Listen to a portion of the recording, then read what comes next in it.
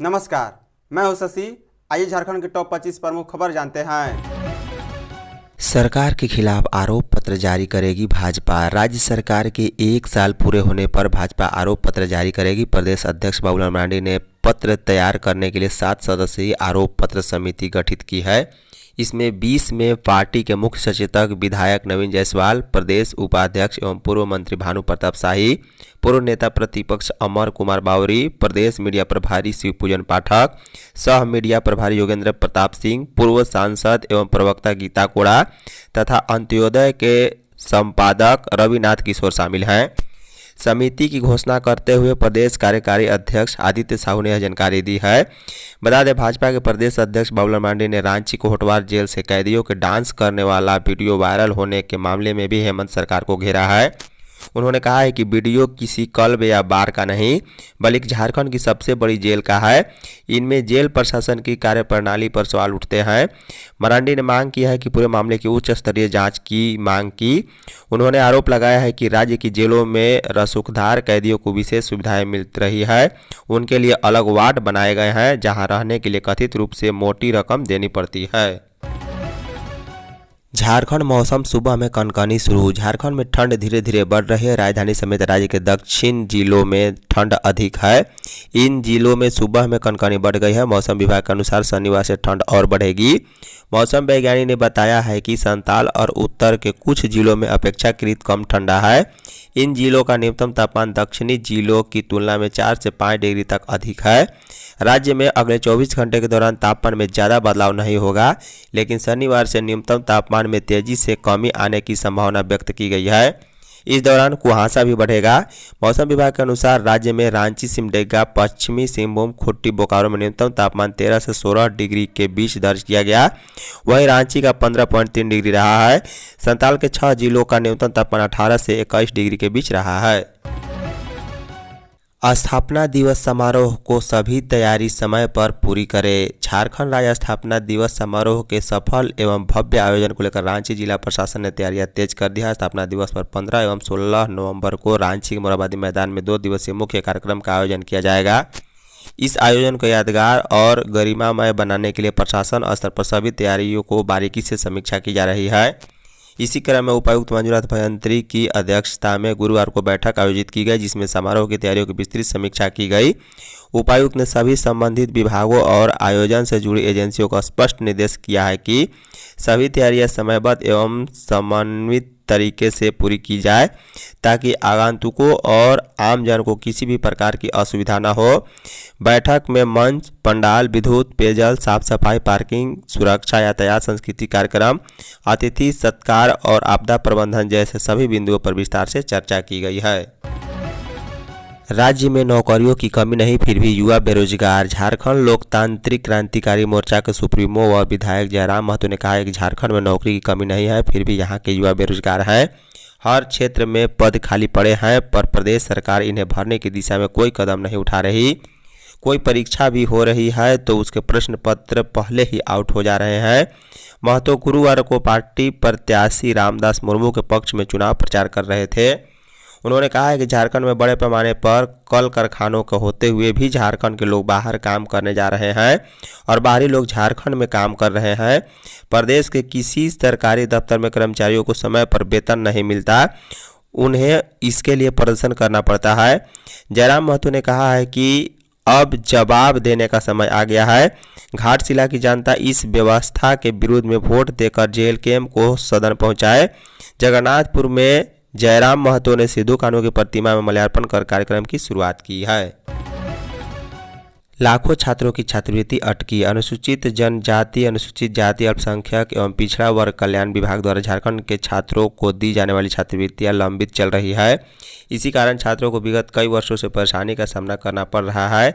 छात्र आंदोलित भी हो चुके हैं। कल्याण विभाग द्वारा SC, ST और OBC कैटेगरी के अधिकतर छात्रों को सत्र 23-24 का छात्रवृत्ति भुगतान नहीं हो पाया और अब प्री मैट्रिक सत्र 25-26 का पंजीकरण भी शुरू हो गया है। यह समस्या केंद्र के मद से मिलने वाली राशि नहीं मिलने और राज्य सरकार के पास पर्याप्त राशि नहीं होने के कारण हो रही है, जिसका खमियाजाना सीधे तौर पर आर्थिक रूप से कमजोर छात्रों को उठाना पड़ रहा है। बता दें सत्र 2023-24 के लिए आंकड़ों पर गौर करें तो पूरे राज्य में 32,63,272 छात्रों का पंजीकरण हुआ था। इसमें से 32,02,730 छात्रों के आवेदन की जांच उपरांत 31,44,163 को स्वीकृति दी गई है, लेकिन इनमें से अधिकतर को आज तक भुगतान नहीं हो पाया है। सारंडा में पुलिस नक्सली मुठभेड़, 3 राइफल बरामद। सारंडा के बिहड़ में गुरुवार को एक बार फिर सुरक्षा बलों के नक्सलियों से मुठभेड़ हो गई है। दोपहर 1 बजे हुई मुठभेड़ में दोनों ओर से करीब 50 मिनट तक फायरिंग हुई। फायरिंग के बाद सर्च अभियान में 3 राइफल और कई अन्य सामग्री भी बरामद हुई है। हालांकि इसकी पुष्टि नहीं हुई है, सर्च अभियान जारी है। जानकारी के मुताबिक पश्चिमी सिंहभूम के जराई केला के बिहड़, कोल्लापू और आसपास में नक्सलियों के दस्ते के सक्रिय होने पर सर्च अभियान में चाईबासा पुलिस और कोबरा 209 के जवान शामिल थे। सुरक्षा बलों को देखते ही नक्सलियों ने फायरिंग शुरू कर दी। जवानों ने भी मोर्चा संभाला। सुरक्षा बलों को भारी पड़ता देख नक्सली जंगल में फरार हो गए। इसके बाद सर्च अभियान में 2 SLR राइफल, एक 303 राइफल बरामद की गई है। हेमंत सरकार अबुआ सरकार नहीं, ठगवा सरकार है, बाबूलाल मरांडी। झारखंड में भारतीय जनता पार्टी के प्रदेश अध्यक्ष और विधानसभा नेता प्रतिपक्ष बाबूलाल मरांडी ने हेमंत सरकार पर जमकर निशाना साधा। उन्होंने राज्य सरकार पर आदिवासियों के शोषण, भ्रष्टाचार और जनता को बरगलाने का आरोप लगाया। बाबूलाल मरांडी ने गुरुवार को घाटशिला में आयोजित एक प्रेस वार्ता के दौरान कहा है कि हेमंत सोरेन की सरकार ने झारखंड को 6 वर्ष में 25 वर्ष पीछे धकेल दिया है। यह सरकार पूरी तरह से आदिवासी विरोधी, विकास विरोधी और जन विरोधी है। यह सरकार केवल नाम की अबुआ सरकार है। वास्तव में यह ठगुआ सरकार है जिसने झारखंड के युवाओं और आदिवासियों को ठगा है। मरांडी ने आरोप लगाया है कि चाईबासा सदर अस्पताल में थैलेसीमिया से पीड़ित 5 आदिवासी बच्चों को HIV संक्रमित रंग चढ़ाया गया, जो राज्य सरकार की घोर लापरवाही और संवेदनहीनता का उदाहरण है। प्रदेश में इलाज के नाम पर मौत परोसी जा रही है, लेकिन सरकार ने केवल कुछ लोगों को निलंबित कर मामले को दबाने की कोशिश की है। लातेहार से ACB ने 65,000 रिश्वत लेते प्रधान सहायक को किया गिरफ्तार। लातेहार जिला परिषद कार्यालय में कार्यरत प्रधान सहायक संतोष सिंह को गुरुवार को भ्रष्टाचार निरोधक ब्यूरो ACB पलामू की टीम ने 65,000 रुपये रिश्वत लेते रंगे हाथ गिरफ्तार किया है। बताया जाता है कि संतोष सिंह एक संवेदक से बिल भुगतान के लिए पैसे की मांग कर रहे थे। संवेदक की शिकायत के बाद ACB ने कार्रवाई करते हुए प्रधान सहायक को गिरफ्तार किया। ACB से मिली जानकारी के अनुसार जिला परिषद कार्यालय के माध्यम से लातेहार में एक पुल निर्माण का कार्य किया जा रहा था। निर्माण कार्य करने के बाद संवेदक पैसे के भुगतान के लिए पिछले कई दिनों से विभाग का चक्कर काट रहा था, परंतु भुगतान के लिए संवेदक से पैसे की मांग की जा रही थी। परेशान होकर संवेदक ने पलामू ACB की टीम से इसकी शिकायत की। शिकायत के बाद ACB की टीम अपने स्तर से पूरे मामले की छानबीन करने के बाद आरोपी को रंगे हाथ पकड़ने की योजना बनाई। 5 पूर्व मुख्यमंत्री भाजपा प्रत्याशी के लिए मांग रहे वोट। घाटशिला उपचुनाव में 4 दिन शेष बचे हैं। भारतीय जनता पार्टी ने यहां जीत के लिए पूरा दम लगा दिया है। 5 पूर्व मुख्यमंत्री घाटशिला से भाजपा प्रत्याशी बाबूलाल सोरेन के लिए प्रचार में लगे हैं। प्रदेश अध्यक्ष बाबूलाल मरांडी घाटशिला में प्रतिदिन प्रचार और प्रेस कॉन्फ्रेंस के जरिए माहौल भाजपा के पक्ष में बनाने में लगे हैं। वहीं पूर्व मुख्यमंत्री रघुवर दास जनसभा और रोड शो जैसे आयोजन से लोगों को भाजपा के लिए वोट करने की अपील कर रहे हैं। वहीं पूर्व मुख्यमंत्री अर्जुन मुंडा और मधु कोड़ा भी प्रतिदिन मतदाताओं के बीच पहुंचकर वोट मांग रहे हैं, जबकि चंपाई सोरेन सुदूर गांव तक जाकर भाजपा प्रत्याशी और अपने पुत्र बाबूलाल सोरेन के पक्ष में प्रचार कर रहे हैं। बता दें, भाजपा के कार्यकारी अध्यक्ष आदित्य साहू ने बताया है कि पार्टी का असली ताकत उसके कार्यकर्ता हैं। जनता के बीच भाजपा प्रत्याशी के लिए उत्साह है। बड़े नेताओं के जाने से लोगों का भरोसा बढ़ा है। 7258 स्कूलों को FLN रजिस्ट्रेशन के लिए अल्टीमेटम। झारखंड के 7258 स्कूलों के शिक्षकों ने अब तक फंडामेंटल लिटरेसी एंड न्यूमेरेसी प्रतियोगिता के लिए रजिस्ट्रेशन नहीं किया है। स्कूली शिक्षा एवं स्वच्छता विभाग ने ऐसे स्कूलों को शिक्षकों को 3 दिनों का अंतिम समय दिया है। विभाग ने स्पष्ट कहा है कि शिक्षक 3 दिन के भीतर रजिस्ट्रेशन की प्रक्रिया पूरी कर ले, ऐसा न करने पर कार्रवाई की जाएगी। इन स्कूलों के रजिस्ट्रेशन न होने के कारण संबंधित शिक्षक FLN चैंपियनशिप में भाग नहीं ले पा रहे, जिससे वे अन्य स्कूलों के शिक्षकों की अपेक्षा पिछड़ रहे हैं। विभाग ने सभी जिलों को निर्देश दिया है कि वे संबंधित स्कूलों और उसके शिक्षकों को इसमें अनिवार्य रूप से पंजीकृत कराएं। स्कूलों में शुरू होगा कौशल बोध। झारखंड के स्कूलों में अब बच्चों को केवल किताबों से नहीं बल्कि काम के अनुभव से भी सीखने का मौका मिलेगा। राज्य भर में जल्द ही कक्षा 6 से 8 तक के विद्यार्थियों के लिए शिक्षक कौशल बोध गतिविधि सत्र आयोजित करेंगे। वोकेशनल विषय के तहत इस पहल का उद्देश्य विद्यार्थियों में व्यवहारिक ज्ञान, सृजनात्मक सोच और श्रम के प्रति समान रूप से भावना विकसित करना है। यह प्रयास राष्ट्रीय शिक्षा नीति 2020 के अनुरूप किया जा रहा है। इसके लिए JCERT द्वारा शिक्षकों को प्रशिक्षण भी दिया गया। इस प्रशिक्षण में मास्टर ट्रेनरों को कौशल बोध के विभिन्न पहलुओं पर प्रशिक्षित किया गया। यह प्रशिक्षण NCERT द्वारा तैयार राष्ट्रीय पाठ्यचर्या रूपरेखा के अंतर्गत विकसित मॉड्यूल्स पर आधारित था।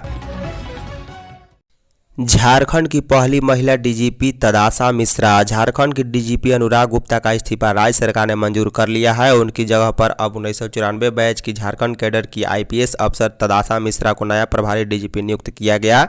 यह झारखंड की पहली बार है जब किसी महिला IPS को पुलिस विभाग के सर्वोच्च पद पर जिम्मेदारी सौंपी गई। इससे पहले वे गृह विभाग में विशेष सचिव के पद पर कार्यरत थी।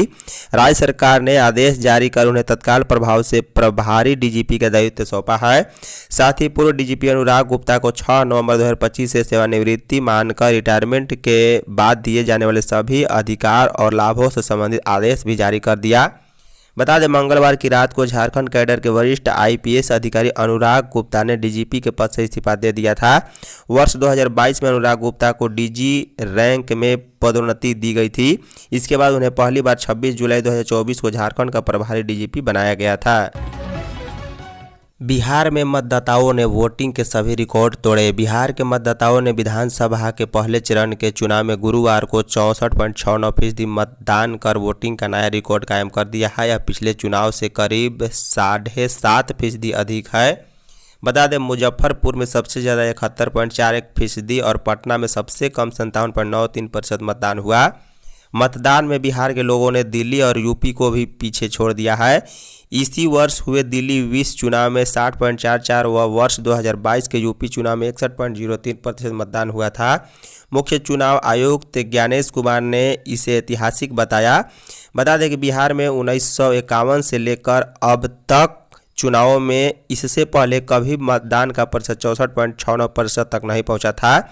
1951 के लोकसभा चुनाव में बिहार में 40.35%, तो उस वर्ष 20 चुनाव में 42.60% मतदान हुआ था। वैश्य मोर्चा मांगों के लिए 13 को राजभवन मार्च करेगा। झारखंड वैश्य मोर्चा अपनी मांगों को लेकर 13 नवंबर को राजभवन मार्च करेगा। इसमें OBC को आरक्षण, जाति आधारित जनगणना, ट्रिपल टेस्ट पर निकाय चुनाव आदि की मांग की जाएगी। इसकी तैयारी को लेकर गुरुवार को केंद्रीय अध्यक्ष महेश्वर साहू की अध्यक्षता में बैठक हुई। इसमें सर्वसम्मति से 15 सदस्यीय संयोजक मंडल का गठन किया गया। इसमें हीरानाथ साहू, रेखा मंडल, अश्विनी साहू शामिल थे। बता दें, बैठक में प्रचार प्रसार के लिए पर्चा भी जारी किया गया। सभी को पर्चा वितरण करने के साथ साथ बैठक करके सामूहिक पाठ करने का भी निर्देश दिया गया। इससे अधिक से अधिक लोगों तक विचारों एवं मुद्दों को पहुंचाया जा सके। धन्यवाद।